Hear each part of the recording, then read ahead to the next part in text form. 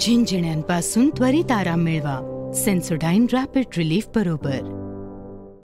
सध्या संपूर्ण राज्यामध्ये विधानसभेच्या निवडणूक पार पडलेली आहे. काही 2 दिवसानंतर निकाल सुद्धा लागणार आहे. आपल्यासोबत ज्येष्ठ पत्रकार राजकीय विश्लेषक संजीव उन्हाळे सर आहेत. उन्हाळे सर, काय सांगाल? सगळा तुम्ही या विधानसभेचा धुरोळा बघितलेला आहे.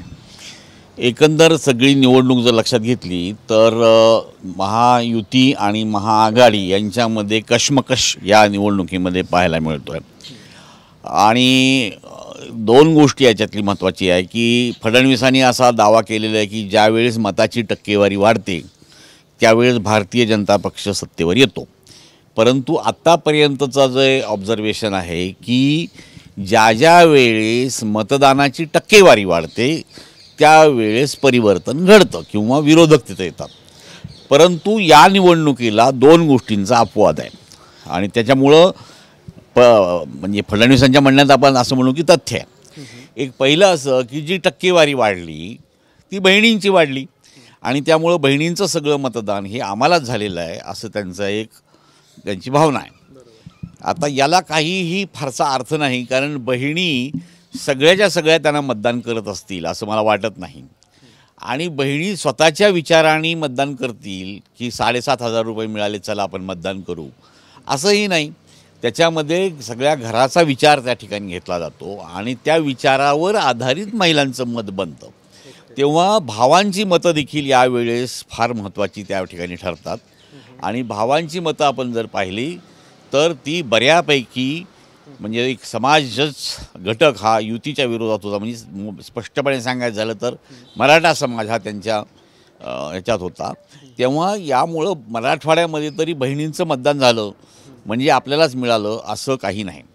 आणि दुसरी महत्त्वाची गोष्ट म्हणजे वोट ट्रान्सफर जी व्हावी लागतात ती एका पक्षाकडून दुसऱ्या पक्षाकडे ती या निवडणुकीमध्ये झाली नाहीत. उदाहरणार्थ सांगायचं झालं तर समजा शिंदे गटाचा उमेदवार उभा आहे तर शिंदे गटाच्या उमेदवाराकडेच पैसा यायचा, पैसा देखील शिंदे गटाच्याच माणसाकडे जायचा आणि त्या ठिकाणचे भारतीय जनता पक्ष किंवा अजून अजितदादा गट आहे हे उपरण्याचे मानकरी फक्त राहिले. त्यामुळं या निवडणुकीमध्ये ते एकमेकांचं जे सरमिसळ जी व्हायला पाहिजे ती सरमिसळ तेवढीशी झालेली नाही. आणि त्याच्यामुळे देखील एकाऐवजी ही 6 पक्ष आघाडीमध्ये असल्यामुळं काय घडतं याच्याकडे आपलं मला वाटतं जास्त लक्ष देणं जास्त आवश्यक आहे. सत्ता कोणाची येईल वाटतं तुम्हाला? एक असं आहे की सिंगल लार्जेस्ट पार्टी म्हणून स्वाभाविकपणे भारतीय जनता पक्षाला बोलावलं जाईल आणि तशी इच्छा राज्यपालांची असलीच पाहिजे, असणारच. तेव्हा त्यांना बोलावल्यानंतर अपक्षांच्या हेलिपॅडवर कुणाचं हेलिकॉप्टर उतरतं ह्याच्यावर ह्या गोष्टी बऱ्याचशा अवलंबून आहेत. म्हणजे त्यांना जर अपक्षांना एकत्र करण्यामध्ये म्हणजे हॉटेलचं बुकिंग तर आता सुरू झालेलं आहे, पण मला वाटतं अपक्षासाठी देखील प्रत्येक पक्षाने वेगळं एक हॉटेल आता काढून ठेवावं. तेव्हा त्याच्यावर ह्या सगळ्या गोष्टी बऱ्याचशा अवलंबून असतील. आणि दुसरी महत्त्वाची गोष्ट अशी आहे की याच्यामध्ये नेहमीकरता असं बोललं जातं की अजितदादा किंगमेकर ठरतील. हे कसं ठरतील? तर तसं तर काही परिस्थिती नाही, कारण अजितदादा हे काही फार आवडते नाहीत, ते तर ना आवडतेच आहेत. म्हणजे त्याच्याबद्दलचे अहवाल ऑर्गनायझर विवेकने सुद्धा प्रसिद्ध केलेले आहेत आणि त्यांच्या जागा 20-22 वर तर जाणार नाहीत. त्याच्यामुळे एखाद्या वेळेस त्यांना आघाडीकडून बोलावणं येतं की काय असं देखील होऊ शकतं. म्हणजे त्यावेळेस त्यांना मुख्यमंत्री पदाची ऑफर दिली जाऊ शकते. असं काहीही घडू शकतं. अशी परिस्थिती 23 तारखेनंतर आपल्याला पाहायला मिळेल. राज्यात सत्ता जर कायम राहिली तर कोणत्या कारणाने कायम राहील आणि परिवर्तन झालं तर त्याची कारणं काय असतील? सत्ता जर कायम राहिली तर ज्या पद्धतीने जाहिरातीचा बोबाटा करण्यात आला, प्रचंड जाहिरातीचा मारा करण्यात आला, बहिणींचं ज्या पद्धतीने विशेषतः शिंदे गटाने ज्या पद्धतीने ते भाऊक वगैरे असं केलं त्याला त्याचं क्रेडिट जाईल. अर्थात शेतकऱ्यांचे प्रश्न त्यांनी सोडवलेच नाही, त्याच्यामुळं शेतकऱ्यांच्या प्रश्नाचा काही मुद्दा येणारच नाही. आणि तसं त्याग म्हणाल तर गुत्तेदारांचा त्याग खूप मोठा आहे. माझे सरकार माझा गुत्तेदार अशी स्लोगन होती. पण बहिणींचे पैसे आधी दिले गेले आणि गुत्तेदारांचे अडवून ठेवले, तेव्हा त्यांची त्यागीवृत्तीसुद्धा मला वाटतं निवडणुकीमध्ये गृहीत धरली पाहिजे.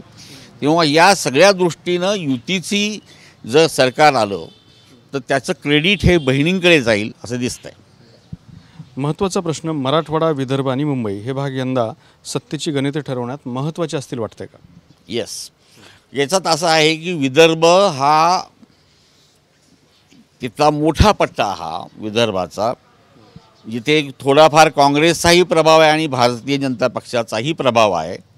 या पट्ट्यामध्ये सोयाबीनचा भाव, कापसाचा भाव या विषयावरून प्रचंड मोठ्या प्रमाणावर असंतोष आहे. आणि हा असंतोष मतपेटीतून जर व्यक्त झाला तर काँग्रेसच्या विनिंग कॅन्डिडेटची संख्या वाढण्याची शक्यता आहे. म्हणजे याच्यामध्ये जे पोलमध्ये आलेलं आहे 50 जागा, ही 50ची जागा देखील कदाचित एक 10 संख्या वाढू शकते त्या ठिकाणी. त्याच्यामुळे विदर्भ हा देखील महत्त्वाचा आहे. मराठवाडा यासाठी महत्त्वाचा आहे की मराठवाडा हा शिवसेनेचा बालेकिल्ला. Neck to neck fight Ubatha आणि शिंदे गटामध्ये बऱ्याच ठिकाणी आहे. म्हणजे 9 ठिकाणी तर आहेच आहे सरळ सरळ, आणि बाकी ठिकाणी देखील आहे. तेव्हा हे लक्षात घेता आणि मराठवाड्याचे प्रश्न हे त्याच्यापेक्षा उघड आहेत. म्हणजे इथली प्रचंड बेकारी आहे, सिंचनाची व्यवस्था नाही, त्याच्यानंतर शेतीला काही अर्थ राहिलेला नाही अशी परिस्थिती तयार झालेली आहे. एक प्रकारचं फ्रस्ट्रेशन लोकांच्या मनामध्ये आहे. हे तळाचे मुद्दे न येता त्या ठिकाणी एक है तो सेफ है, कटेंगे बटेंगे वगैरे, धर्मयुद्ध वगैरे वगैरे, हे मुद्दे निवडणुकीमध्ये महत्त्वाचे ठरतील असं मला वाटत नाही. आणि या निवडणुकीमध्ये मला असं वाटतं की कळीचे मुद्दे या नवीन सरकारला सोडवणं हे मोठं आव्हान असेल जे सरकार येईल त्याच्यापुढे. कारण एकंदर अर्थव्यवस्थेची लागलेली वाट, त्याच्यातून आता नवीन वाट काढायची आहे, तर हे मला असं वाटतं अवघड जाईल त्यांना. तिसरा एक महत्त्वाचा फॅक्टर होता वंचित बहुजन आघाडी, महाराष्ट्र नवनिर्माण सेना आणि तिसरी आघाडी. त्यांचं भवितव्य काय असेल आणि हे भाजपला पूरक असतील का? कसं आहे की निवडणुकीचं व्यवस्थापन करण्यामध्ये भारतीय जनता पक्षासारखा पक्ष भूतलावर नाही. म्हणजे या निवडणुकीचेच पहा की लोकसभेच्या पराभवानंतर ज्या पद्धतीनं त्यांनी विधानसभेची मॅनेजमेंट केलं, ज्या पद्धतीने सगळी बूथपासून ते सगळी संरचना त्यांनी खालपासून वरपर्यंत नेली, त्या पद्धतीने आपल्याला न मिळणारी मतं ही परस्पर तिकडल्या तिकडे कटली तर बरं होतील. म्हणून बरोबर मुंबईमध्ये तुम्ही पहा की भारतीय जनता पक्षाने असं नियोजन केलं की केवळ शिवसेना उद्धव ठाकरे गट आणि शिवसेना शिंदे गट यांच्या विरुद्ध मनसेचे उमेदवार उभे केले. त्याचं कारण असं की त्यांच्या मताची विभागणी व्हावी आणि त्यांचं काय जे आहे ते त्यांनी बघावं. त्याच्यामुळे याचं मनसेचं जे कॉज होतं, त्यांना मनसेला आघाडीतही म्हणजे युतीमध्येही घेतलं नाही, युतीतून बाहेरही काढलं नाही, त्यांची मध्ये अधांतरी अवस्था ठेवली. अर्थात ते अधांतरीच राहतील, परंतु हे जे सगळं केलं, हे सगळं करण्यामागे भारतीय जनता पक्ष आणि म्हणूनच राज ठाकरे यांना फडणवीस मुख्यमंत्री होतील असं वाटतंय.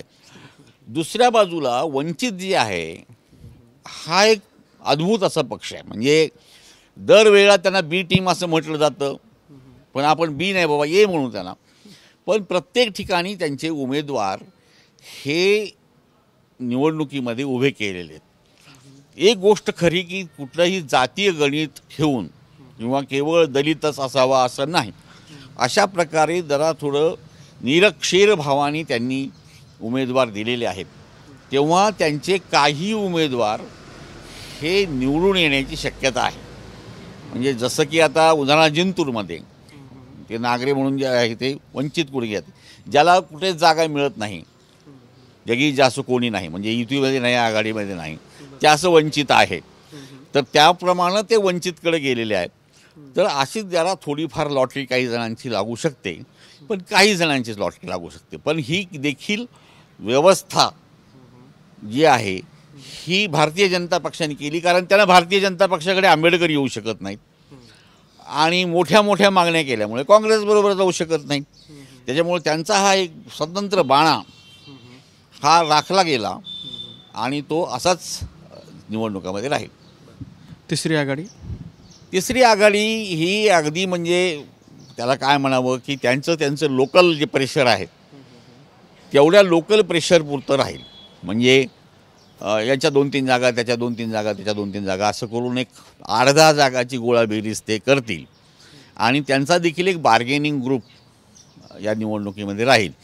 पण काय झालं की हे जे छोटे छोटे गट आहेत या छोट्या छोट्या गटाशी बार्गेनिंग करणं हे ना काँग्रेसला आघाडीला परवडलं ना युतीला परवडलं. कारण त्यांच्या ज्या मागण्या आहेत त्या एक सीट पुरत्या नव्हत्या, त्यांना खूप जास्त जागा लागायच्या आणि इथं यांचंच नीट पुरत नव्हतं, तेव्हा यांना काय उरत होतं.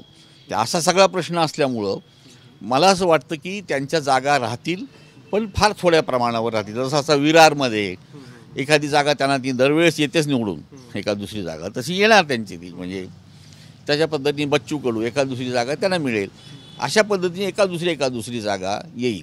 परंतु त्याच्यामुळं काही प्रचंड राज्याच्या ह्याच्यात होईल. पण हे सगळे जर गट एकत्र झाले तर 1995 सारखी स्थिती निर्माण होईल. या सगळ्या अपक्षांचा, वेगवेगळ्या पक्षांचा एक जर गट स्थापन झाला, त्यावेळी जसं की अशोक पाटील डोणगावकर हे नेते झाले या सगळ्या अपक्षांचे, त्याप्रमाणे यांचं नेतृत्व कोणी जरी एकाने केलं तर यांची बार्गेनिंग पॉवर दोन्ही बाजूनी वाढेल.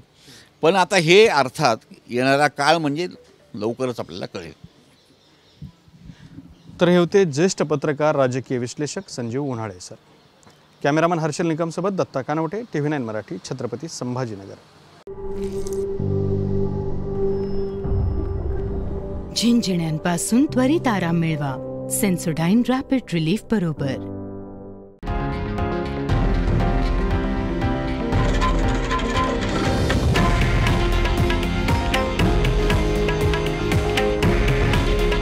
हे आहे देशातील नंबर 1 न्यूज नेटवर्क आणि आपण पाहत आहात TV9 मराठी. काळजी तुमची, हित महाराष्ट्राचं.